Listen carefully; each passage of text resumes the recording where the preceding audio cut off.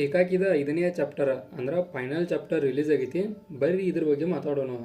ಈ ಒಂದು ಚಾಪ್ಟರ್ ಭಾಳಷ್ಟು ಲೆಂದಿ ಇತ್ತು ಅಂತ ಹೇಳ್ಬೋದು. ನಾವು ಪ್ರೀವಿಯಸ್ ಚಾಪ್ಟರ್ಗಳಿಗೆ ಕಂಪೇರ್ ಮಾಡಿದ್ರೆ ಅಂದ್ರೆ 1 ತಾಸಕ್ಕಿಂತ ಅಧಿಕವಾಗಿ ಒಂದು ಸ್ಕ್ರೀನ್ ಪ್ಲೇ ಇತ್ತು. ಇದ್ರೊಳಗೆ ಏನು ತೋರಿಸ್ತಾರಪ್ಪ ಅಂದ್ರೆ ಫಸ್ಟ್ನಿಗೆ ನಾ ತಿಳಿಸೋದಾದ್ರೆ ಏಲಿಯನ್ಸ್ಗಳ ಯಾವ ಕಾರಣಕ್ಕೆ ಬಂದವು, ಆನಂತರ ಹಂಗೆ ಅವನ್ನ ಕೊಲ್ತಾರೋ, ಈ ರೀತಿಯಾದ ಫ್ಯಾಕ್ಟ್ಗಳನ್ನು ಒಳಗೊಂಡಿತ್ತು. ಒಂದೊಂದು ಡೀಟೇಲ್ಸ್ ಆಗಿ ಮಾತಾಡೋದಾದ್ರೆ ಫಸ್ಟ್ನೇಕ ನಮ್ಮ ಆಶೀಷ ಆನಂತರ ಎಲ್ಲರೂ ಇದ್ರ ಟ್ರ್ಯಾಪ್ ಹೋಗಿ ಸಿಕ್ಕಾಕೊಂಡರು. ಮತ್ತು ಜನಗಳು ಕೂಡ ಒಂದೊಂದು ಸಿಕ್ಕಾಕೊಂಡಿದ್ದ. ಯಾವ ಕಾರಣಕ್ಕೆ ಇವ್ರು ಸಿಕ್ಕಾಕೊಂಡರು, ಹೆಂಗೆ ಸಿಕ್ಕಾಕೊಂಡ್ರು, ಸಿಕ್ಕಾಕೊಳ್ಳೋಕೆ ಕಾರಣ ಏನು, ಆ ಏಲಿಯನ್ಸ್ಗಳು ನಮ್ಮ ಭಾರತಕ್ಕೆ ಯಾಕೆ ಬಂದು, ಇಲ್ಲಿ ಏನೇನು ಐತಿ, ಮಹಾರಾಷ್ಟ್ರ ಒಳಗೆ ಏನೇನು ನಡೀತು, ಈ ರೀತಿಯಾದ ಥಿಂಗ್ಸ್ಗಳನ್ನು ಒಂದು ಇದ್ರು ತೋರ್ಸೋಕೆ ಪ್ರಯತ್ನ ಪಟ್ಟರು. ಭಾಳಷ್ಟು ಡೀಟೇಲಿಂಗ್ ಚಾಪ್ಟರ್ ಇತ್ತು, ಭಾಳಷ್ಟು ಬೇಸ್ ಕ್ರಿಯೇಟ್ ಮಾಡುವಂಥ ಚಾಪ್ಟರ್ ಕೂಡ ಆಗಿತ್ತು. ಅಂದ್ರೆ ಮುಂದಿನ ಸೀಸನ್ 2ಗೆ ಭಾಳಷ್ಟು ಗ್ರಿಪ್ಪೇಬಲ್ ಒಂದು ಇದನ್ನು ಕೊಟ್ಟು ಹೋಗಿದ್ದಾರೆ ಅಂತ ಹೇಳ್ಬೋದು. ಆಯುಷ್ ಅವರ ಡೆಫಿನೆಟಾಗಿ ಭಾಳಷ್ಟು ಗೆಚ್ಚಿತ್ತು ಅಂತ ಹೇಳ್ಬೋದು. ಇನ್ನು ನಾನು ಒಂದೊಂದು ಎಳೆಯಾಗಿ ಬಿಡಿಸಿ ಹೇಳೋದಾದ್ರೆ ಫಸ್ಟ್ನೇಕ ಒಂದು ಎಲ್ಲರೂ ಊರಿನ ಜನಗಳೆಲ್ಲ ಏಲಿಯನ್ಸ್ಗಳು ಟ್ರ್ಯಾಪ್ ಒಳಗದಾರು. ಏಲಿಯನ್ಸ್ಗಳು ಅನ್ನೋಕ್ಕಿಂತ ಏಲಿಯನ್ಸ್ನ ಟ್ರ್ಯಾಪ್ ಒಳಗದಾರು.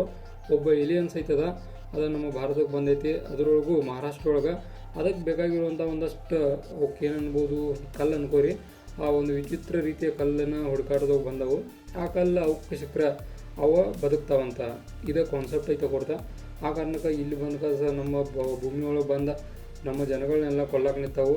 ಆ ಒಂದು ಪರ್ಟಿಕ್ಯುಲರ್ ಏರಿಯಾ ಅದ್ರೊಳಗೆ ನಡೆದಂಥ ಒಂದಷ್ಟು ಘಟನೆಗಳು ಅದನ್ನು ಇಟ್ಕೊಂಡು ಒಂದು ಇದ್ರೊಳಗೆ ತೋರ್ಸೋಕೆ ಪ್ರಯತ್ನ ಪಟ್ಟರು ಆಶೀಶ್ ಅವರ. ಭಾಳಷ್ಟು ಡೀಟೇಲಾಗಿ ಇತ್ತು ನಾವು ಮೊದಲೇ ಹೇಳಿದಂಗೆ. ಆನಂತರ ಆಶೀಶ್ ಅವರ ಆ್ಯಕ್ಟಿಂಗ್ ಮಾತ್ರ ಟಾಪ್ ಕ್ಲಾಸ. ಅದರ್ವೈಸ್ ನಾವು ಉಳ್ಕಿದ 5 ಜನರದ್ದು ನೋಡ್ರೂ ಕೂಡ ಬೆಂಕಿ ಇತ್ತು ಅಂತ ಹೇಳ್ಬೋದು. ಎಲ್ಲರೂ ತಮ್ಮ ಬೆಸ್ಟ್ ಅಲ್ಲ, ಬೆಸ್ಟ್ ಆಫ್ ಬೆಸ್ಟ್ ನೀಡಿದರು. ಅದರೊಳಗೂ ನಾವು ಪ್ರತಿಯೊಬ್ಬರದು ಬಾಡಿ ಲ್ಯಾಂಗ್ವೇಜ, ಡೈಲಾಗ್ ಡೆಲಿವರಿಗಳನ್ನು ನೋಡ್ರೆ ಚಲೋ ಮಾಡಿದ್ದಾರೆ ಅಂತೇಳಿ ನನಗೆ ಪರ್ಸ್ನಲಾಗಿ ಅನಿಸ್ತು.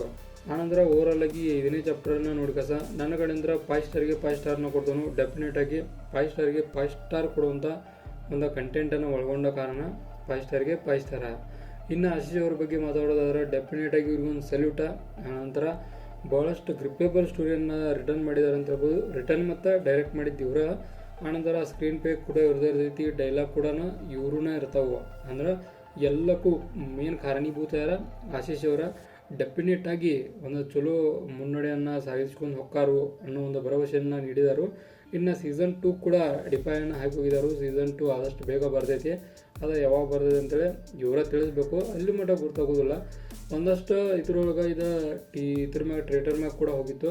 ಬಟ್ ನಾವು ಯೂಟ್ಯೂಬಲ್ಲಿ ನೋಡಿದ್ದು ಅದ್ರೊಳಗೆ ಟ್ರೇಟರ್ ಎಕ್ಸ್ಪೀರಿಯನ್ಸ್ ಯೂಟ್ಯೂಬ್ಗಿಂತ ಭಾಳಷ್ಟು ಗಿಚ್ಚಿತ್ತು ಅಂತ ಹೇಳ್ಬೋದು. ಅಂದ್ರೆ ನೋಡಿದವರು ಹೇಳಿದ ಪ್ರಕಾರ ನಾ ಹೇಳತ್ತನು. ಅದರ್ವೈಸ್ ಯೂಟ್ಯೂಬ್ ಫ್ರೀ ಇತ್ತು, ಅಲ್ಲಿ ನೋಡ್ಕಸ ಒಂದು ಚಲೋ ಸ್ಯಾಟಿಸ್ಫ್ಯಾಕ್ಷನ್ ಸಿಕ್ತು ಅಂತ ಹೇಳ್ಬೋದು. ಇನ್ನು ಒಂದು ಸ್ಟೋರಿಯನ್ನು ಯಾವ ರೀತಿಯಾಗಿ ಎಂಡ್ ಮಾಡಬೇಕು ಅಂದರೆ ಏಲಿಯನ್ ತಲೆ ಕಟ್ ಮಾಡುವ ಮೂಲಕ ಸ್ಟೋರಿ ಎಂಡ್ ಆಗೈತಿ. ಬಟ್ ಆಶೀಶ್ ಅವರ ಮೆದುಳಿಂದ ಅಂದರೆ ತಲೆಯಿಂದ ಒಂದು ಬೇರೆ ಥರ ಒಂದು ಹ್ಯೂಮನ್ ಕಂಟ್ರೋಲೇಬಲ್ ಒಂದೈತಿ. ಅದರಿಂದ ಆಶೀಶ್ ಅವರನ್ನು ಅವ್ರು ಕಂಟ್ರೋಲ್ ಮಾಡೋ ಚಾನ್ಸ್ ಐತಿ. ನೋಡೋಣ ಅವ್ರು ಕಂಟ್ರೋಲ್ ಮಾಡ್ತಾರೋ ಅಂದರೆ ಏಲಿಯನ್ಗೂ ಕಂಟ್ರೋಲ್ ಮಾಡೋ ಚಾನ್ಸ್ ಐತಿ. ನೋಡೋಣ ಇದನ್ನು ಹೆಂಗೆ ತೆಗಿತಾರೋ, ಏನು ಆಶೀಶ್ ಅವರು ಸೂಪರ್ ಮ್ಯಾನ್ ಹಾಕಾರೋ, ಏನು ಈ ರೀತಿಯಾದ ಫ್ಯಾಕ್ಟ್ಗಳನ್ನು ಒಳಗೊಂಡಂಥ ಒಂದು ಇದೈತಿದ. ನೋಡೋಣ. ಡೆಫಿನೆಟಾಗಿ ಚಲೋ ಇರ್ತೈತಿ, ಬೆಸ್ಟ್ ಇರೋದು ಅಂತೇಳಿ ನಾನು ಅನ್ಕೊಂಡನು. ನಿಮಗೇನು ಅನ್ನಿಸ್ತು ಅಂತ ಡೆಫಿನೆಟಾಗಿ ಕಮೆಂಟ್ ಮಾಡಿರಿ. ಇನ್ನು ಇದೇ ಥರ ಇಂಫಾರ್ಮೇಟಿವ್ ವಿಡಿಯೋಗಳು ಬೇಕಾದ್ರೆ ಚಾನಲ್ ಸಬ್ಸ್ಕ್ರೈಬ್ ಮಾಡ್ಕೊಂಡು ನಮಗೆ ಸಪೋರ್ಟ್ ಮಾಡಿರಿ.